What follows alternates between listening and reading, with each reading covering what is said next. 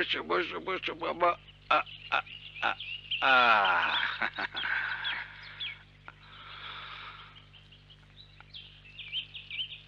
হে পাগলা বাবা, এই অধমের মনের কথা তো তুমি জানো।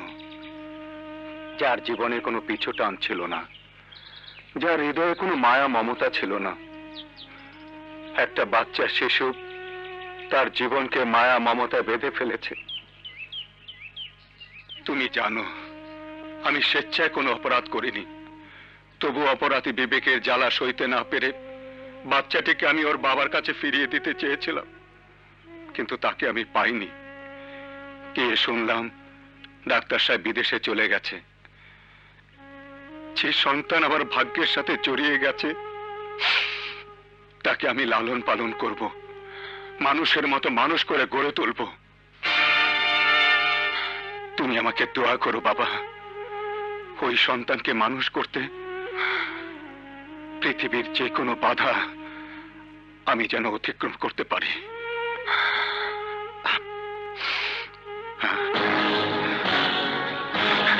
মানিক, মানিক,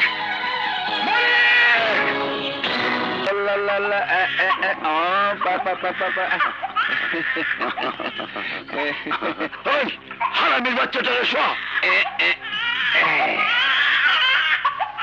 কান্না কাটিয়া হনি বন্ধ হয়ে যাইব।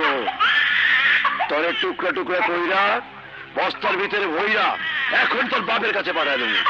ওই সামনে এটা দে।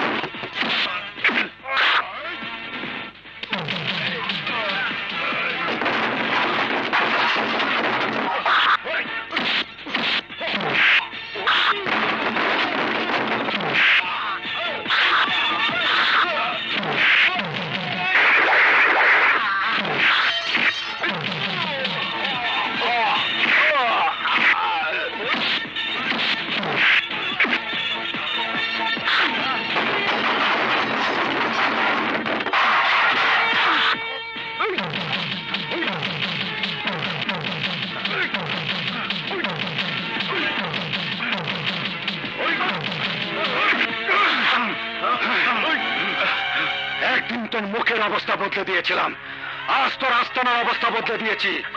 এরপরও যদি উচিত শিক্ষা না হয় তাহলে তোকে আমি জানে মেরে ফেলবো। ওরে আমার মানিক, চলো চলো চলো।